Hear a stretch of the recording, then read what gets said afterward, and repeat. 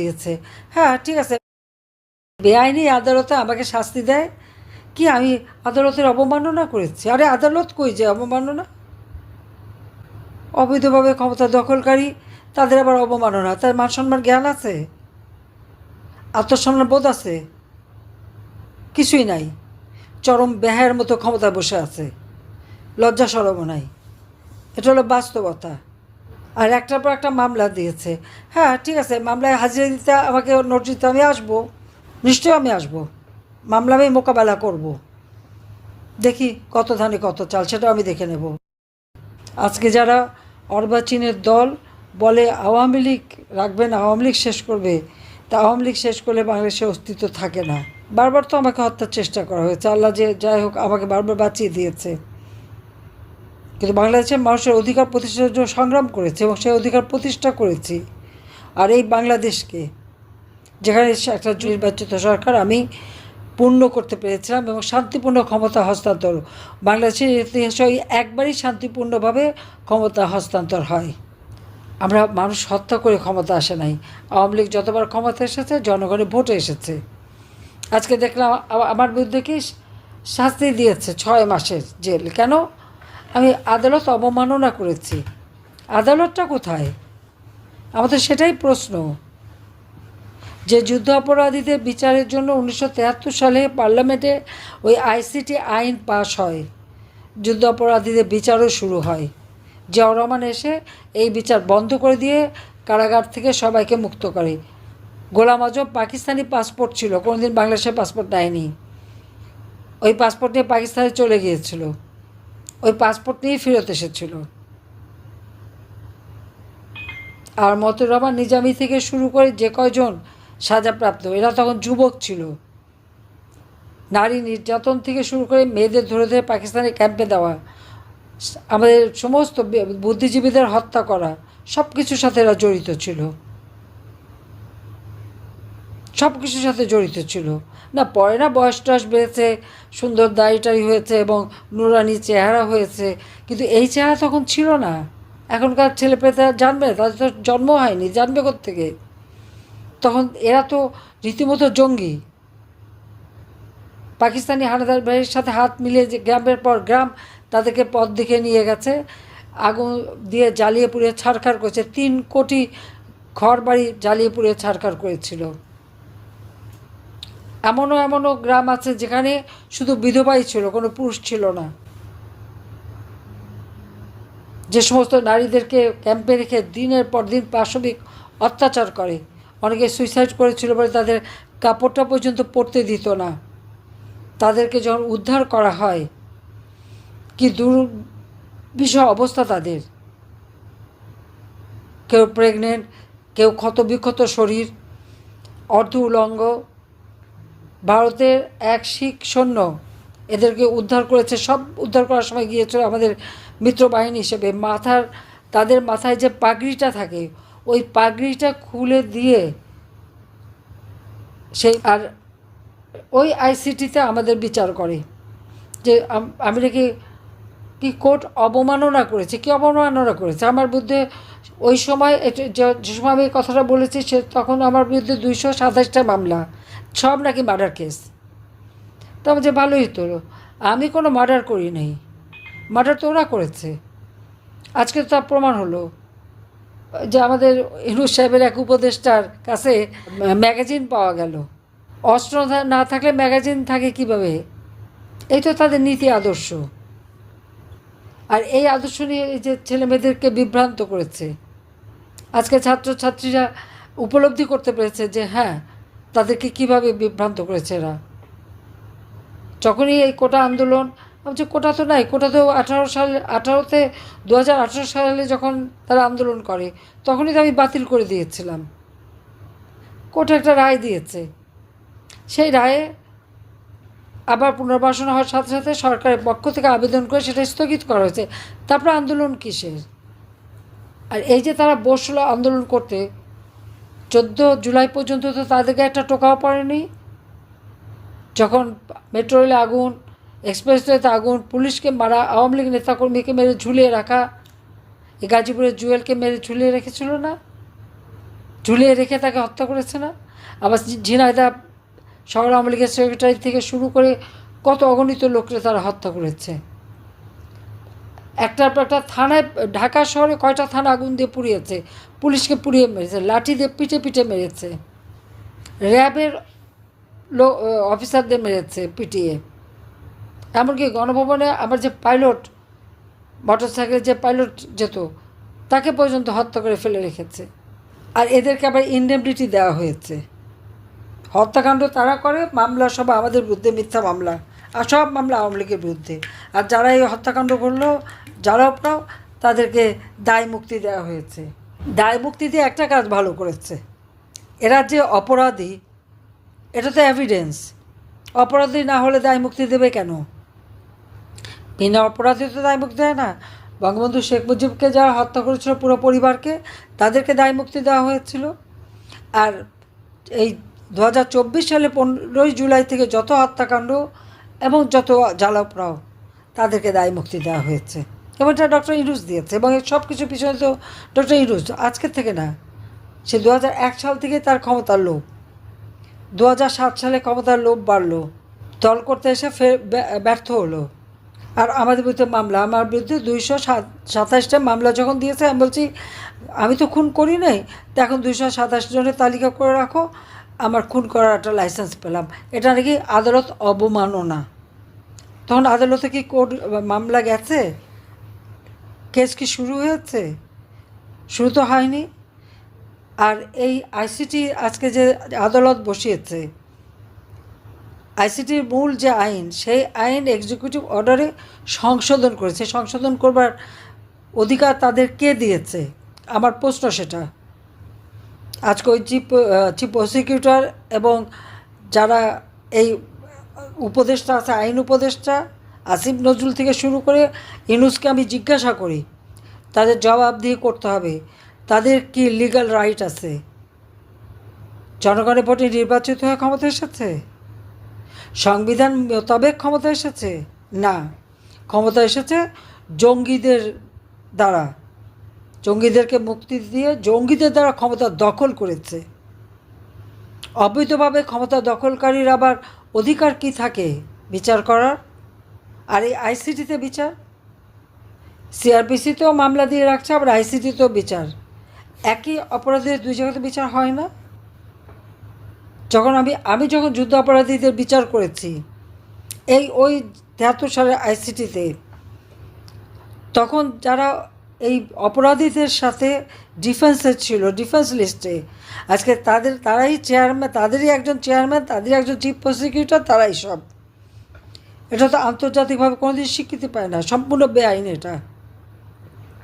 আচ্ছা, এই বেআইনি আদালতে আমাকে শাস্তি দেয় কি আমি আদালতের অবমাননা করেছি? আরে আদালত কই যে অবমাননা? অবৈধভাবে ক্ষমতা দখলকারী, তাদের আবার অবমাননা। তার মান সম্মান জ্ঞান আছে? আত্মসম্মান বোধ আছে? কিছুই নাই। চরম ব্যাহের মতো ক্ষমতায় বসে আছে, লজ্জা শরমও নাই। এটা হলো বাস্তবতা। আর একটার পর একটা মামলা দিয়েছে। হ্যাঁ, ঠিক আছে, মামলায় হাজিরা দিতে আমাকে নোটিশ দিতে আমি আসবো, নিশ্চয়ই আমি আসবো, মামলা আমি মোকাবেলা করব। দেখি কত ধানে কত চাল, সেটাও আমি দেখে নেব। বাংলাদেশটা আমাদের জনগণের, আর আমার জনগণই শক্তি, আমার কোনো বিদেশি প্রভুও নাই, আর কিছু নেই। আমি যদি ক্ষমতায় থাকতে চাইতাম, হয়তো কয়েকশো লোক মারতে হতো। আমি তো তা চাইনি কখনো। যে কটা হত্যাকাণ্ড ঘটেছে, সব কটা হত্যাকাণ্ড ওই মেটিকুলাসলি ডিজাইনের অংশ হিসেবে। এখানে পুলিশকে দোষ দিয়েও লাভ নেই, সেনাবাহিনীর সদস্যদেরকেও দোষ দিয়ে লাভ নেই। কিন্তু কেউ যদি কাউকে মারতে আসে, এখানে কারো অর্ডার দেওয়া লাগে না, এটা আইনেই আছে কিভাবে হবে। কিন্তু আজকে নির্যাতন চরম আকারে, কোনো মেয়েদের কোনো অধিকার নাই, আব্রু বলে কিছু নেই। কত বড় জঘন্য এরা! এরা বিএনপি করে, জামাত শিবির করে, আল্লাহ রসুলের নাম নিয়ে। আর এইভাবে মেয়েদেরকে উলঙ্গ করা, মেয়েদেরকে রেপ করা, মেয়েদেরকে মানে তাদের পাশবিক অত্যাচার করা। তাদের ঘরে মা বোন নাই, মেয়ে নাই, আত্মীয়স্বজন নাই, সেটা একবার চিন্তা করে না এরা? অসভ্যতার সীমা থাকে। আমি জানি না এদের এত খাওয়া পড়া এত সুযোগ সুবিধা দিয়ে কী অপরাধটা করলাম, সেটি আমার নিজেরই এখন প্রশ্ন যে আজকে প্রত্যেকটা সেক্টরে শিক্ষকদের কিভাবে অপমান করা এবং তাদের চাকরি খাচ্ছে। কি আওয়ামী লীগ করে? চরম অপমান করে করে শিক্ষকদেরকে জোর করে পদত্যাগ করায়, ছোট ছোট শিশু শিক্ষার্থীদের দিয়ে শিক্ষকদের অপমান করায়। এদের কি আর লেখাপড়া হবে কোনো দিন? তাদেরকে জোর করে পদত্যাগ করানো, যে সমস্ত চিত্র দেখলাম, কোন দিন না বাপ মারে বলে হ্যাঁ লিখে দেন আপনি আমার বাবা না, পদত্যাগ করেন আমার পিতৃত্ব থেকে। এরা হয়তো একদিন সে বাপ মাকে তাই বলবে। সেটা হলো বাস্তবতা। দিনমজুর কাজ পায় না, রিক্সাওয়ালা কাজ পায় না, তো কিসের দেশ চালাচ্ছে? যে বাজেট আমি দিয়ে আসছি, বাজেট তো ওই বাড়াতে পারলো না, আরও কমালো টাকা। কমাবে না কী করবো? তো নিজেটা চোর। ইনুস তো আমাকে দেয় শাস্তি। আমি জানি যেহেতু ডক্টর ইনুস তার নিজের কোম্পানির লেবারদের টাকা চুরি করে খেয়েছে, সেই লেবাররা তার বিরুদ্ধে মামলা করেছে। লেবার কোর্টে সে 6 মাসের সাজা পেয়েছে। তাকে তো সে যখন জামিন চেয়েছে সে জামিন পেয়েছে, সরকারের পক্ষ থেকে তো বাধা দেওয়া হয়নি। এইভাবে আমার দেশের প্রত্যেকটা শ্রেণীর মানুষের উপর আজকে চরম জুলুম। আজকে কোনো টাকা পয়সার হিসাব নাই, চরমভাবে সে দুর্নীতি করে যাচ্ছে, অর্থ পাচার করে যাচ্ছে। তার এই যারা আছে কতগুলি বানিয়েছে, কথা কথা হুকুম দেয়, এত বড় দুঃসাহস তাদের। আর অমনি যার যার বাড়ি ঢুকে পড়ে, লুটপাট করে, চুরি করে। সে কি মব জাস্টিস? এটা মব জাস্টিস নেই, এটা হলো মব সন্ত্রাস। সেই সন্ত্রাসই করে বেড়াচ্ছে তারা। আজকে প্রত্যেকটা কবরে যে যাদেরকে এরা শহীদ বলছে, প্রত্যেকটা কবর থেকে লাশ তুলে আন্তর্জাতিক সংস্থা ডেকে নিয়ে এসে ফরেন্সিক করে দেখা হবে কীভাবে তারা মারা গেছে। আর যারা আহত, সে কোন দল করে, সে কি করে, সে অপরাধী না নিরপরাধী, আমি সেটা দেখি নাই। আর আমি সরকারে থাকা পর্যন্ত প্রত্যেকটা রুগীর চিকিৎসা পেয়েছে বিনা পয়সায়। তাদের বাবা মা কারো কোনো টাকা খরচ করতে হয়নি। সব টাকা প্রত্যেকটা হাসপাতালে আমি খরচ করেছি। আমরা বিনা পয়সা তাদের চিকিৎসা দিয়েছি। এরা জানে না, এখনও তারা হাসপাতাল ছাড়ে না। কেন হাসপাতাল ছাড়বে না? হাসপাতালে বসে সেই চক্ষু ইনস্টিটিউটে দেখলাম সাবান পানি ফ্লোরে ফেলে তারা জল খেলে। এরা নাকি আবার অসুস্থ। এটা কোন ধরনের কথা? হাসপাতালে অন্য রোগীদের তো চিকিৎসা হবে। একটা ক্যাবিন দখল করে বসে আছে। কেউ আবার 5 তারা হোটেলেও রুম দখল করে, সারাদিন ঘুরে ফেরে আবার ওখানে যে ক্যাবিনে বসে থাকে ব্যান্ডেজ বেঁধে। এই প্রতারণাটার কি অর্থ থাকতে পারে? তা আমি এদের দোষ দেই না, কারণ ইনুস নিজেই তো একটা প্রতারক। লেবারদের অর্থ আত্মসাৎ করে মামলার আসামি, সাজাপ্রাপ্ত আসামি। গ্রামীণ ফোন টেলিকমিউনিকেশনের টাকা 9-6 করে পাচার করে দুর্নীতি করে তার বিরুদ্ধে 5টা মামলা দুর্নীতি দমন কমিশনে। তার 18টা কোম্পানি ট্যাক্স দেয় না, সেই মামলা। ডক্টর ইউনূস নিজে ট্যাক্স দেয় না, তার বিরুদ্ধে 1100 কোটি টাকার ট্যাক্স পাওনা। সেখানে 666 কোটি টাকার ট্যাক্স মামলার রায় হবার কথা ছিল 6ই আগস্ট। সেই দিন 5ই আগস্ট সে এমন ঘটনা ঘটাবে যেন তারও আর ট্যাক্স দেওয়া না লাগে, এবং সব মামলাগুলি সে প্রত্যাহার করে নিয়েছে। এমনকি যেটা সাজা হচ্ছে সেটা কোনো নিয়ম নাই, আইন নাই। এখানে আইন নাই, আইনের শাসন নাই, সরকার বলে কিছু নাই। ক্ষমতা দখলকারী কতগুলি সান্ডা গুন্ডা পান্ডা আছে, দেশটাকে শেষ করে দিচ্ছে, ধ্বংস করে দিচ্ছে। গ্রামে গঞ্জে সব জায়গায় মানুষের নিরাপত্তা নাই, নারীদের নিরাপত্তা নাই। শিশু নারী প্রতিদিন ধর্ষিত হচ্ছে। ছেলেকে পায় না, বাবাকে মারে, মাকে মারে, মাকে মেরে হত্যা করে, মাকে পিটে করে। ওদের মা নাই, দুদিন পর যদি ওদের মাদের পিটাতে শুরু করে তখন কোথায় যাবে? কীভাবে ঠেকাবে? ঘর বাড়ি তো জ্বালিয়ে পুড়ে ছাড়কার, তাদেরও তো বাড়িঘর আছে। আর এখন তো আমার বিরুদ্ধে মামলা প্রায় 450, তার মধ্যে বোধ হয় 440টার মতো খুনের মামলা। আজকে যারা এই দেশ শাসন করে তাদের শাসন করার কোনো অধিকার নাই। অন্যায়ভাবে অবৈধভাবে জঙ্গিদের দিয়ে দেশ দখল করেছে।